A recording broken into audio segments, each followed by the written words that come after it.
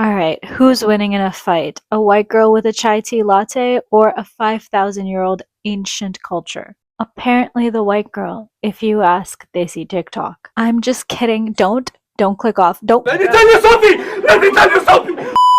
Look, I know lots of people might see the stuff going on online and think, why are people taking this so far? It's not that deep.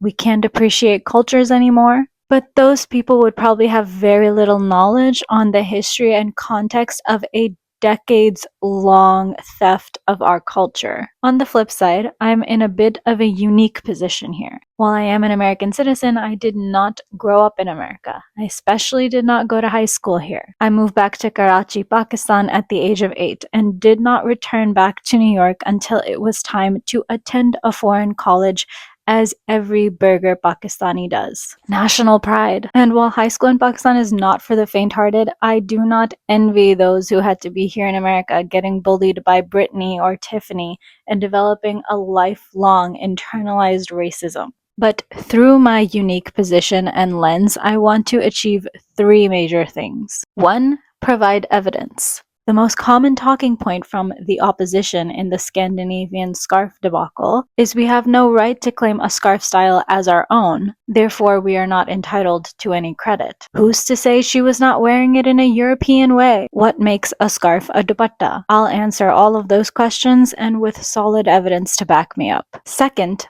uplift. While I am staunchly against cultural appropriation, especially after years-long theft by imperialists, I want to offer a new perspective that Western South Asians may not be privy to. Is our reaction really rooted in a place of authority over our own culture? Or is it rooted in the inferiority of only understanding ourselves within the context of somebody else's culture? 3. Educate. The long and volatile history of British colonization is not common knowledge in America, and as far as I can tell, the British take pride in what they did. So without this crucial context, Westerners are very unlikely to understand why exactly it is that deep. The theft of nameless jewels and valuables, the fetishization of our women, and even legislation that led to the loss of fabric-making techniques that were very, very unique to our culture, all point to a deeply dark and cruel history under the British Raj, the context of which is very important to know to understand the pain of the South Asian community.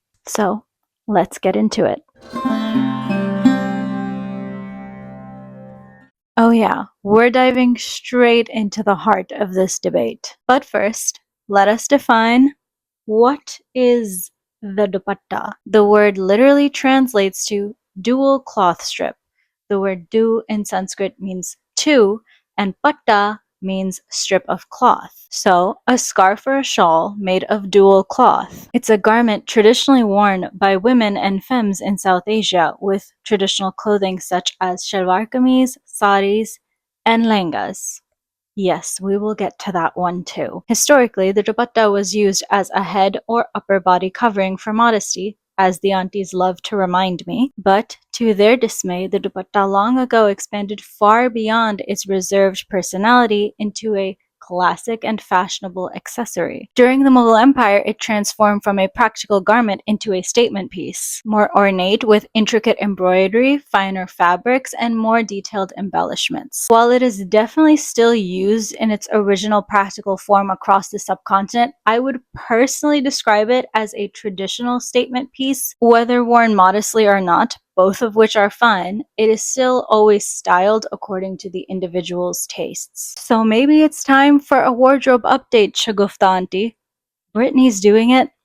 We can't have Brittany wearing the dupatta better than you. So in early 2025, a fashion rental company called Bipti posted a video asking about how to categorize a specific wedding guest vibe fashion trend. The trend in question was women in long maxi dresses and a scarf draped around their neck and falling over their shoulders, which happens to be the most common and traditional way to wear a dupatta. The now infamous phase, it's very European, effortlessly chic, set off a plethora of memes from Desi TikTok. It mostly started off as a joke because of how silly it seemed to us that this particular styling of a scarf was being referred to as European when it is so uncommon anywhere in Europe. In contrast, it is basically the staple of dress in South Asia.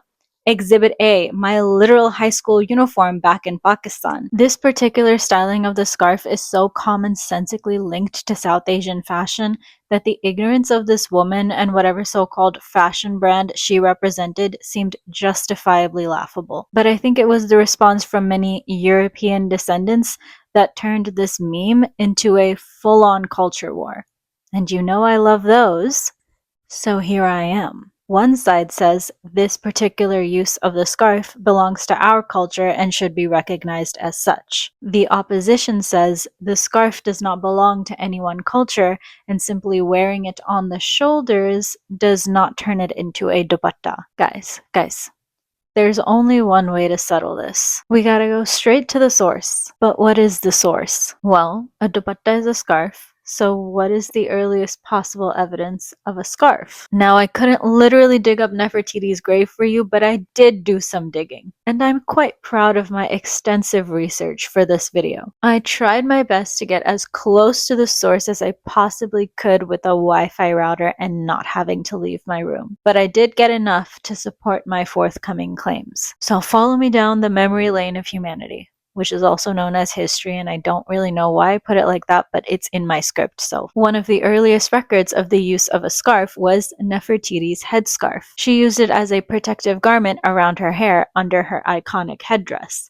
the big blue thing. And while it was for practical use, it also became very iconic. Who is this diva? The evidence, you may ask? Well, there are many depictions of her with the pattis fluttering about her head. The dual enthronement of Akhenaten and Nefertiti is clearly carved in the tomb of Merira. The queen's right arm is around the king and they clasp hands. Her gown and scarf beyond him are clearly shown. I even went all the way to the source of this description, to the drawings of the reliefs in this tomb, and sure enough, there it is again, the billowing scarf. According to Fashion, a definitive history of costume and style, published by the Smithsonian, more than 3,500 years have elapsed, yet Nefertiti and all things Egyptian continue to inspire today's designers. The seminal blue-crowned bust was unearthed in 1912.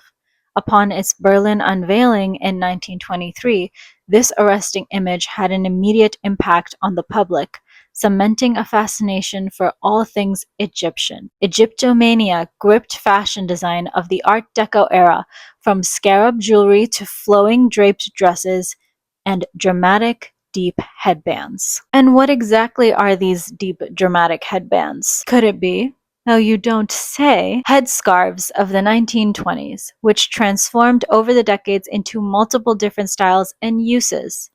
So effortlessly chic. So European. Not Nefertiti's protective hairstyle turning into a fad 3,000 years after her death. That's a fashion icon in my book. So there you have it. The modern American use of the scarf did not come from Europe. It literally came from ancient Egyptian cosplayers. Today we have Koreaboos, and in the 20s we had Egyptomaniacs. Can't the West ever just be normal about the cultures that they appreciate?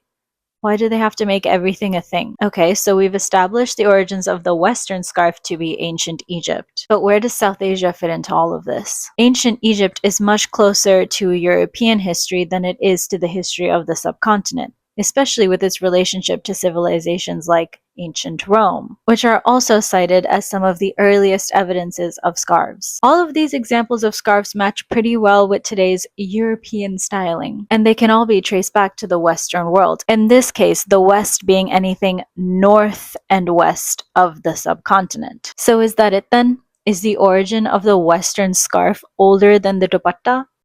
Not quite. So let's trace the dupatta back in time. Throughout history, the dupatta has been known by many names. The customary dress of women in the 16th and 17th centuries consisted of dupatta or ordni, bodice, skirt, sari, or trousers. The various names for women's headdress in the later medieval period were ordni, pichuari, dukul, nikul, uparna, uparaina, uparaini, dupatta, and anchal. In classic literature, the term used for headdress was uttariya. It was a scarf, long, narrow shawl, generally of decorated, more or less transparent muslin, worn over the breast and head as a veil, partly or completely concealing the face. So that's a lot of different names, but don't worry, I've narrowed it down to the one that is most important for us, the uttariya. Uttariya was the most common term in Sanskrit for upper garment. This type of garment is mentioned a lot in early Sanskrit literature, most notably though, the Yoga Sutra by Patanjali. He refers to it as, you would never guess, the patta. So the dupatta is part of yoga now? Is that why Brittany wants to get in on this so badly? I also want to focus for a moment on the description of the dupatta as a transparent muslin fabric worn over the breast. Some version of this exact description came up a lot in my research. Doesn't it seem so familiar? So in response to the opposition who claims it's just a scarf, it's not a dupatta if it doesn't intend to be a dupatta, I think intention goes out the window if you happen to be wearing a garment visually identical in material, placement, and style to a cultural garment described in that very culture's literature the same way over and over again across centuries.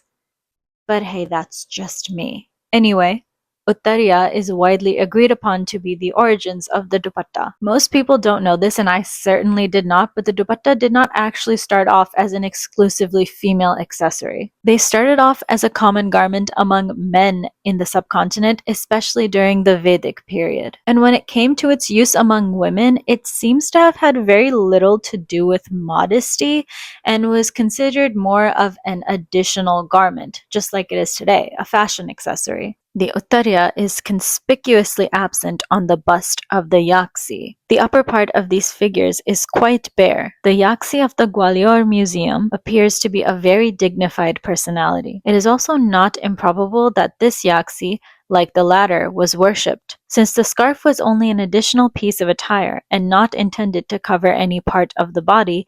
Even high-class ladies could at times dispense with it. Someone let Shagufta auntie know. So we found the original dupatta, the uttariya. But how far back does that go? Now stay with me. The uttariya was actually mentioned in the Vedas, namely the Atharva Veda, which mentions the upavasana. So what is that? Prior to the Christian era, the term dupatta was upavasana. Males too covered the upper parts of their bodies with a similar garment. So there you have it. We have traced the dupatta of the subcontinent back to one of its most earliest possible mentions. Now, the Vedas were written a very, very long time ago. They were composed over a very long period, approximately spanning 1500 to 500 BCE. The Atharva Veda is estimated to have been composed around 1200 BC, putting it right after the reign of Nefertiti. And while we may be coming second in terms of record dates, it's safe to assume the Western scarf and the Southern dupatta came into fashion at around the same time. Unless this is the last hole I'm gonna drag you guys through, I promise, but this one is worth it. Behold the Priest King, a sculpture clearly showing a male wearing a garment over his shoulder. This garment is widely accepted by archaeologists to depict a scarf of some kind. But what kind? The Desi kind? The European effortlessly chic kind? Well, that depends on where it was found. Come with me back in time a mere 5,000 years ago in modern-day Pakistan to a little civilization called the Indus Valley Civilization. Yes, this priest king wearing his little uttariya upavasana dupatta is from the Indus Valley, dating one of the earliest evidences of the scarf squarely at the heart of the subcontinent, and also about 1,000 to 2,000 years before Nefertiti, or ancient Greece, or ancient Rome. This does not mean that scarves were invented by the subcontinent, and that is not what I'm saying, so let's put that argument to rest before it even starts. Every culture discovered scarves on their own terms within their own context, just like any other garment. But with all the discrediting going on right now, it does feel a little good to prove that the dupatta from our culture in our part of the world has its roots in one of the oldest human civilizations ever. In the larger discourse about whether credit needs to be given for wearing the scarf in the distinct style of the dupatta, it makes the argument it's not that deep look a little weak. But now that I've established just how deep it actually is, how ancient and how rooted our culture is, I also want to expand upon why I believe that the South Asian community, particularly in the West, is not going about this topic in the best possible way. No doubt, the fashion we are most well known for is our wedding attire. And it's no surprise since our literal inspiration is royalty. Look back at any old Mughal painting and you will find emperors and empresses adorned in the most finest of jewels and richest of fabrics. The Mughal period had a huge influence on the fashion of the subcontinent, and its impact is still very prominent today. All of our detailed embroidery, versatile stitching, and rich, beautiful fabrics can be traced back to this period. And just as our attire is so coveted by the world today, so was it back then. The Ain-e-Akbari, a 16th century detailed documentation of the Mughal Empire under Emperor Akbar, written by his court historian Abdul Fazl, states, "His Majesty pays much attention to various stuffs.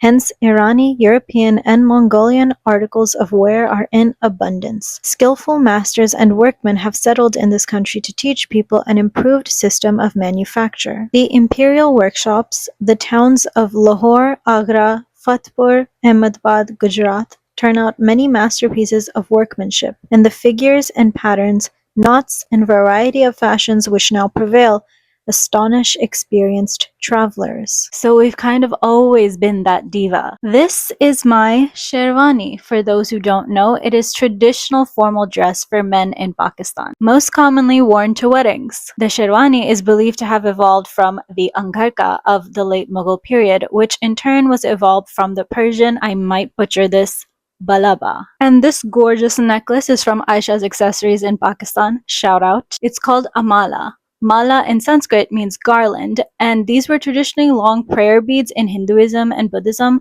and other Eastern philosophies. During the Mughal period, this became a name for the style of neck ornaments worn by men. Personally, this is a pretty accurate representation of my style. I always lean a little more masculine or androgynous, but in my videos, you'll probably see me in my drag persona getting all dolled up, like the K-pop costume in my last video. By the way, thank you so much for all the love on that video. I actually did not expect that, but I'm really glad that everybody enjoyed it, and I hope you enjoy this one just as much. But enough with the personal stuff, let's talk about my outfit and all the many types of traditional Desi wedding attire that has Brittany foaming at the mouth. Almost all of it can be traced back to the 16th and 17th centuries. While the Mughals were not the first to bring fashion and fun into the subcontinent, dress in India before this was usually more focused on practicality and hygiene. But as a result of mingling with the Persians, the Mughals inspired an entire empire to up its game. For anyone who lives under a rock, South Asian weddings consist of usually 3 major events. The first is the Mehndi, which is the one where everyone turns into a high-stakes dancer and choreographer to put on a show that would put any K-pop stage to shame. The name comes from the fact that the bride and all of the ladies get their henna done the night before. And I'm putting my hand up as if I did henna, but I was too lazy to go all the way for this video. That would have been too much. Like, I know I'm already doing too much, but getting Mehndi done for the video only, that would be crazy. Would it? You guys let me know. Do you want me to go that crazy for every video? If you do, subscribe to my Patreon, and then I can have, the monies to support myself to go all the way for every video. So shameless Patreon plug right here. I already have a few subs, but they're mostly for my not safe for work art on my Instagram. But anyone who starts joining because of my YouTube, I will definitely be crediting everybody at the end of every video once that starts happening.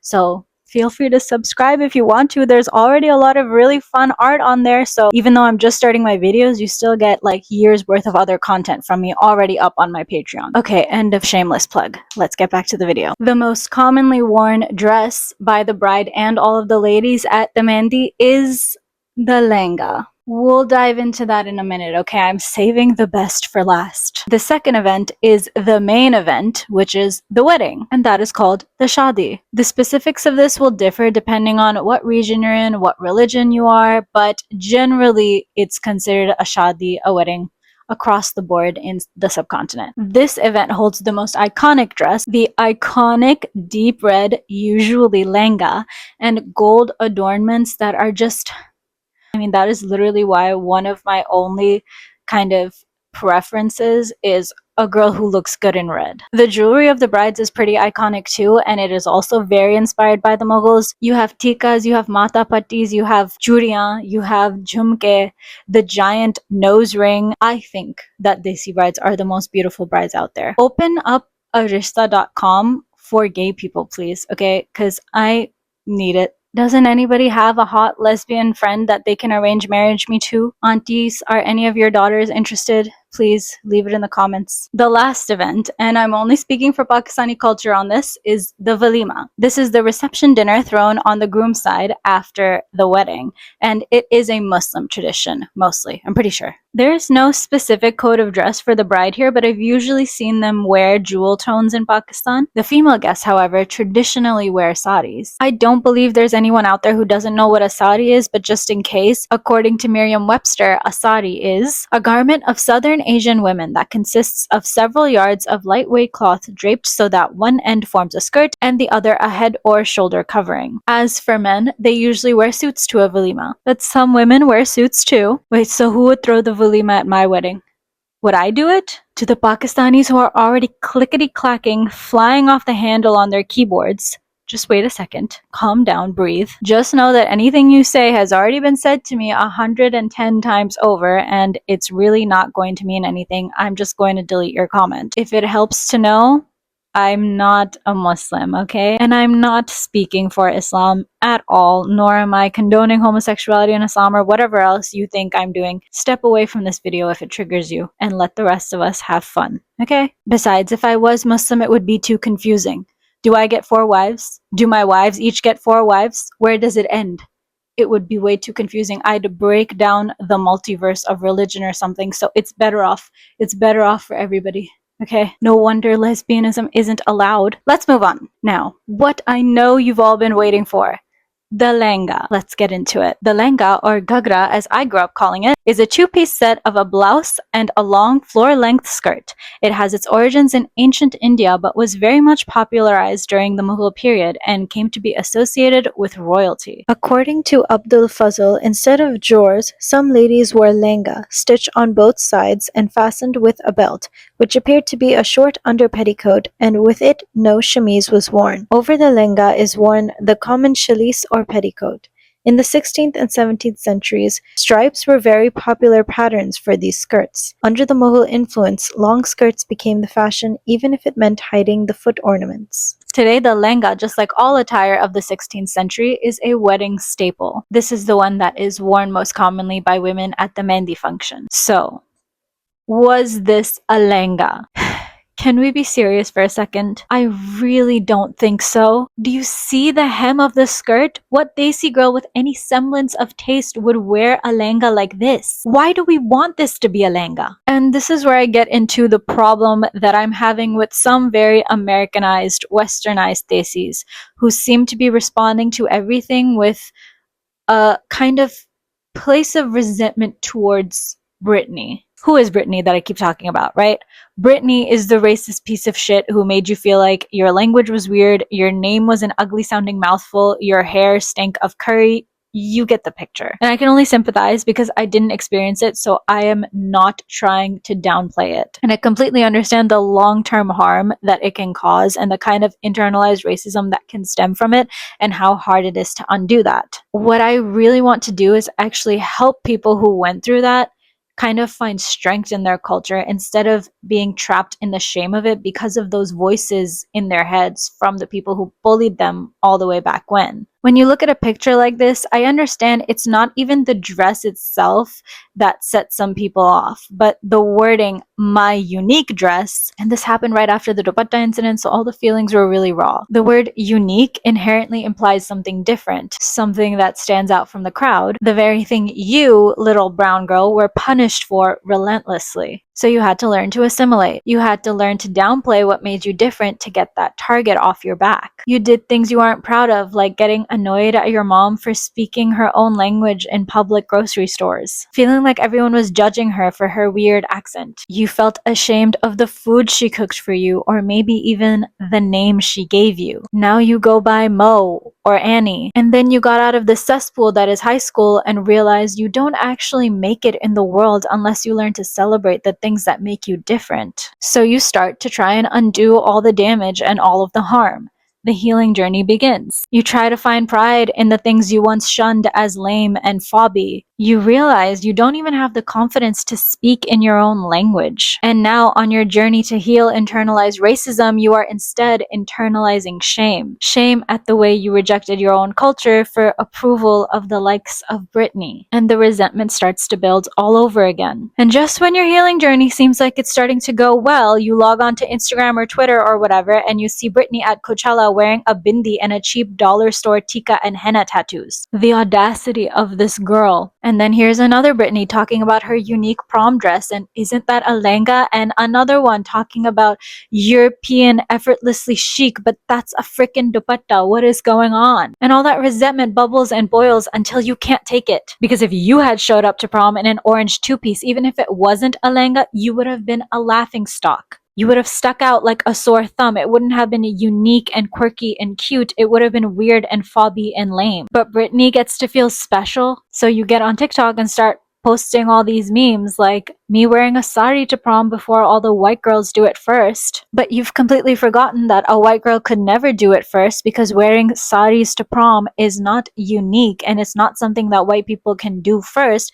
It is an age-old tradition of women in South Asia at every prom they've ever attended. You know who else wore a sari to prom? Me. And who else? Every other girl in my class. And if any one of those girls had come wearing a prom dress instead, I don't think the people at my school would have been any kinder than Britney was to you. So when I see that girl in a two-piece dress, I feel and think nothing, not even when she kind of annoyingly says it makes me look unique. I would have scrolled past if it wasn't in the context of everything that had just happened and all the comments from other South Asian people feeling like she was wearing a lehenga. And look, I understand a lot of the response was also the way she responded, and a lot of other people responded in those comments to being like, it's not, and getting really annoyed. I get it. But also, it's not a lehenga. So of course they'll react that way. To me, what it is, a two-piece dress. It doesn't have a dupatta and it doesn't even have the hem of a lehenga. I hope it's not a lehenga. No offense to this girl. I would never wear that. Why are we begging for us to be the inspiration for something like this when we have things like this already? Are you starting to see my point here? I don't look at my culture through a Western lens, and I definitely don't center whiteness and white validation in my life. So to me, whether the commenters or the girl wearing this dress admits that something is a lehenga or isn't a lehenga, wouldn't mean anything to me, because her word nor the commenters mean anything to me. The entire subcontinent still exists. Its entire history still exists. All the people who live there today who wear lehengas still exist. And they're not going to forget what a lehenga is. Historians thousands of years from now are not going to think that Britney, who wore a two-piece, is the one who discovered lehengas. Are there designers out there blatantly ripping off our stitching, our styles, our jewelry? Yes, absolutely. And should we be calling those out? 100%. No matter what culture, we should be calling out theft and stealing of other artists. So what I'm trying to say is, I don't feel like there's any merit to the idea that this whole thing is erasure of our culture. Some of these things are really bad, like designer stealing. Some of them are just girls on TikTok but none of it could ever erase our culture. That kind of doom thinking that this is erasure, I don't like that phrasing because we are not erasable. How could it be erasure? A dupatta will always be a dupatta no matter what Bipti's employee says, regardless of what she knows or doesn't know about scarves. Her ignorance cannot erase a 5,000-year-old culture. It's not possible. The women who wear dupatta every single day, the billion women probably who wear dupatta every single day in the subcontinent, they're not going to forget what that is because Bipti's employee doesn't know. We need to root ourselves in our own culture, at the center of our own culture, as the main characters, as the authority on this topic, not as people who are crying to be validated by outside sources that have nothing to do with this. Do we really think it's possible for one of the oldest cultures in the world to be erased by modern day fast fashion? You're telling me that you seriously think the least sustainable thing in the world is going to erase the longest standing and most sustained culture in the world? I don't think so. So call out the ignorance and call out the cultural appropriation, but please do it from a place of authority. Don't do it from a place of begging for validation. Don't do it from a place where you need to make anybody understand. You need commenters to admit anything. Their admittance means nothing. And more important than the call outs is uplifting Desi designers, getting mad that white people are stealing our fashion in the West when we don't uplift our own. I can't speak for India or Bangladesh or a lot of the other countries, but I can definitely speak for Pakistan. We don't uplift our own. And then we get upset that we are not being recognized globally, especially in the arts. There was recently somebody who made a TikTok about why is Pakistan not at the Met Gala. You know something? People who end up at the Met Gala are people who did something really, really amazing in the arts. And across the globe and in most times in history, the most amazing people in the arts, whether in music, acting, or visual arts, have been queer people. People are part of the LGBTQ community. And even the best films in Pakistan that have been renowned across the world have been LGBTQ films that have been banned in Pakistan. So how can you say that we are not recognized across the world and get upset at that when you don't even allow your best to be recognized in your own country? You are reaping what you sow. Become a patron of the arts of your own country before you start begging for other countries around the world to become patrons of your art. You won't even do it. Why do you expect everybody else to do it? When you aren't rooted in your own culture, then this white girl wearing a two-piece is going to feel like a threat that you need to oppose to uphold your stance. Because when her and her world of prom dresses, leggings, and pumpkin spice lattes are your world, then a lehenga or a sari or any of the most traditional formal wear of your culture suddenly becomes something unique. Saying chai tea suddenly becomes the worst thing to have happened since we invented Uggs. God forbid you use two words that mean the same thing to refer to one thing. We never do that.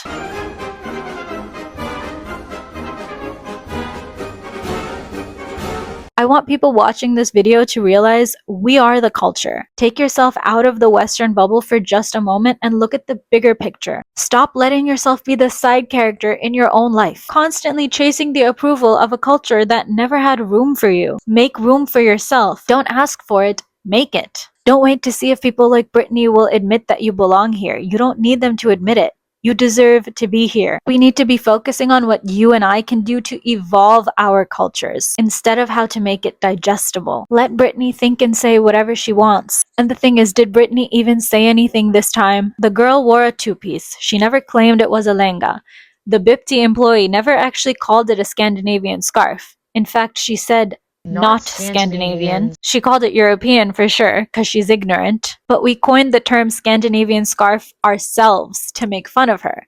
We came up with that. If we're talking about TikTok culture wars, sometimes it feels like we're fighting ghosts. Maybe the real Brittany was the enemies we made along the way. But I am not blaming the South Asian community for their initial reactions to any of this.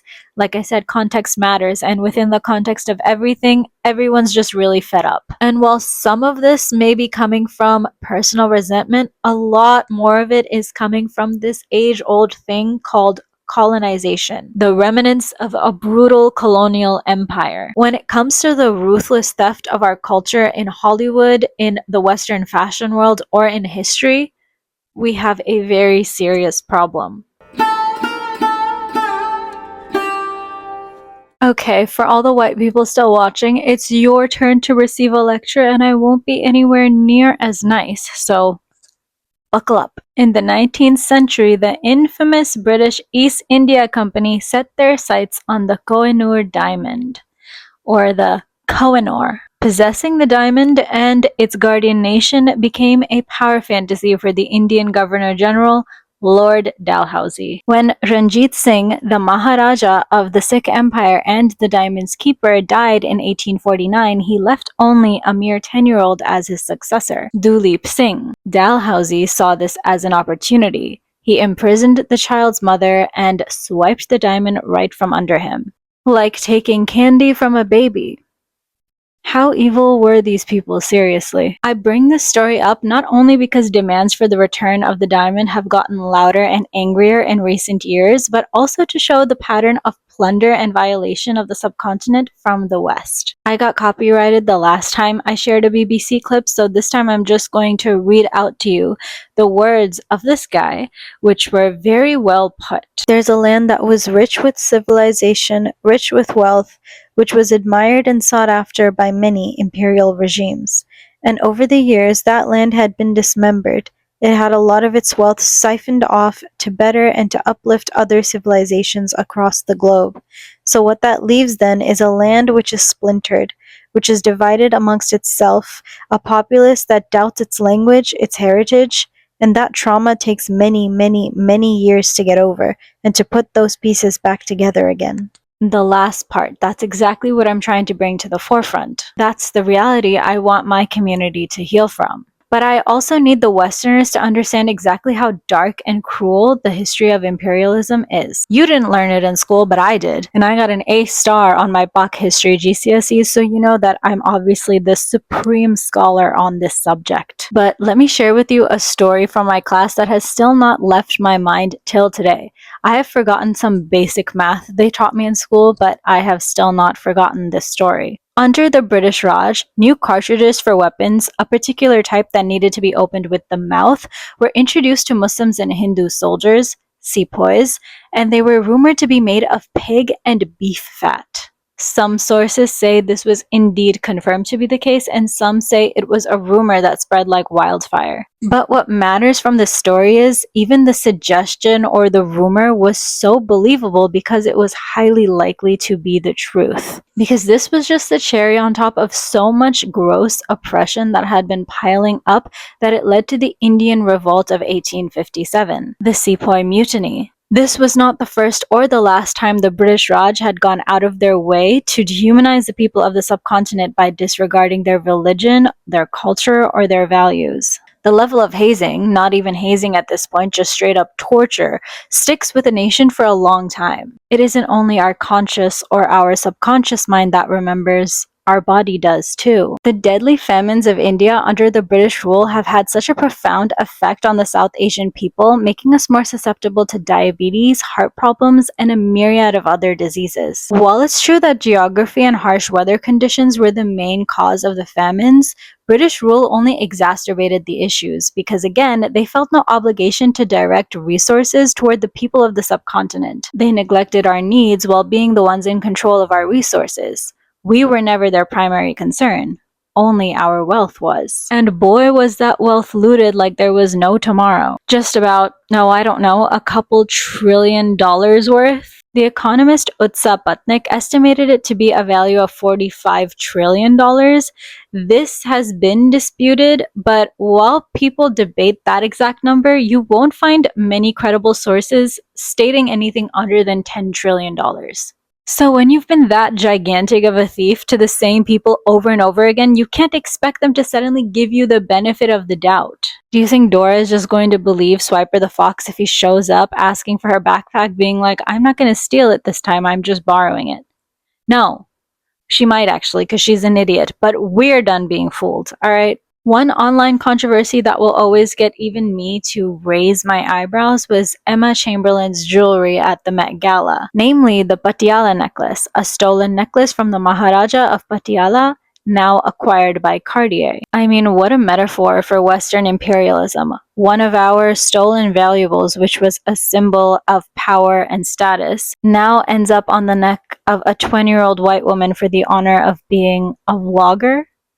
Nothing against Emma, alright? It just paints a picture. The cherry on top, however, is how after this incident, the Punjabi Sikh celebrity Daljit Dosanjh was denied permission to borrow the very same necklace at the Met Gala. Apparently, it had already been loaned out to a museum for an exhibition. However, we don't actually know if this exhibition was confirmed before or after his request. We don't actually know much of anything about any of this because none of the parties involved have confirmed nor denied a single thing. What I do know, though, is whether or not there is some reasonable explanation for why Emma can wear this necklace but Daljit cannot, it still paints a picture. I'm an artist, you guys, alright? I'm just trying to paint you guys a couple pictures. You can interpret them however you like. I just felt it was worth noting this in this video. Now, before I go, because I know this is getting long, I have one last little history lesson for you that I think will really drive my point home. The Dhaka muslin. Remember how the Mughal dupattas were described as fabrics so fine and thin they were transparent, almost invisible? That was Dhaka muslin, which was also known as baft hawa, which literally means woven air. What a beautiful name. The garments of Mughal ladies were made of the finest muslins, silks, velvets, and brocades. The muslins used for their clothes were of three types: abirawan, running water; baft hawa, woven air; and shabnam, evening dew. Muslins called shabnam were brought from Dhaka and were famous as Dhaka malmal. Some of the Dhaka muslins used for the dresses were so fine that they became invisible to the eye when made to float on water. This was one of the finest fabrics in existence, with a 1200 thread count. Made from a long-lost plant called futi carpus, only found on the riverbank of Meghna in Bangladesh. The artisans had a 16-step process to create this magical fabric, until it was lost. The funny part is the 16-step process was actually recorded down to a T by the British, but it didn't matter. The British were completely incapable of recreating it without the Bengali artisans. So what happened to these artisans? Well, Dhaka muslin was in such high demand in the 16th century and was worth so much money that many British wanted to get their hands on it too. But some in the British government who were investing in silk and wool production didn't want the cotton industry to succeed. And so a ban on cotton was put in place, called the Calico Act, but the demand for Dhaka muslin remained unaffected by this ban. So the British decided to become the producers of cotton. With this, the British East India Company did what it did best: fuck everything up.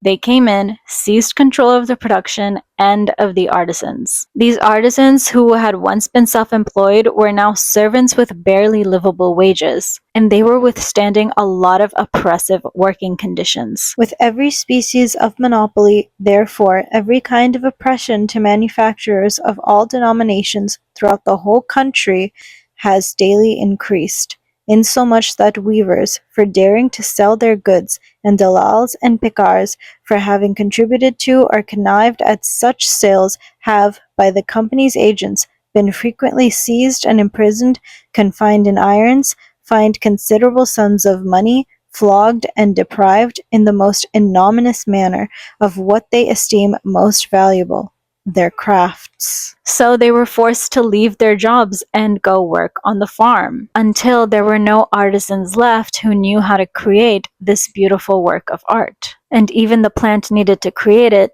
the futi carpus, was entirely lost. I find this story in particular so tragic, and a true reflection of how deeply Western imperialism has maimed and mangled some of the greatest aspects of South Asian history and heritage. However, we are resilient, and although it has been a long process that is still underway, the Dhaka muslin may just make its return to Bangladesh thanks to one man, Saiful Islam, a British Bangladeshi citizen. He has not only been able to track down the exact genetic match to the futi carpus, but has also already begun recreating Dhaka muslin fabrics. While they have not reached the 1200 thread count just yet, Things are looking up, and I think it's a worthy note to end on. Because no matter what you take from this video, I do hope one thing stands out among all else, which is the resilience of South Asia and the subcontinent. In the face of one of the most brutal colonial empires in the world, we have prevailed as a culture still deeply rooted in our clothes, in our language, our values and beliefs. And for the Desis who grew up in the West, I want you to feel that that is something to be proud of. The truth is, the way the West is now, they are never truly going to accept you as one of them. So if you're going to be disliked anyway, you may as well be disliked for who you really are and where you really come from. Just my 2 cents. And if by now I haven't painted the picture of why the topic of credit and fashion and textiles hits so close to home for so many South Asians, then I'm not as good of an artist as I thought I was. That I'm gonna call SVA and ask them for my money back for that illustration degree if you guys don't like this video and all the pictures I painted. But you let me know. American Desis, British Desis, Desis from the country that they're from, how does your perspective differ on this topic based on where you are in the world or whatever your unique experiences are? I would like to know. I would like to hear from you. And if you'd like to keep hearing from me, don't forget to like, comment, and subscribe. And consider joining my Patreon, as this is now my full-time gig. I am trying to fully support myself as an independent artist. Any contribution helps greatly for me to give back with even greater videos. But for now, thank you so much for watching, and see you in 1 month for the next video. Bye!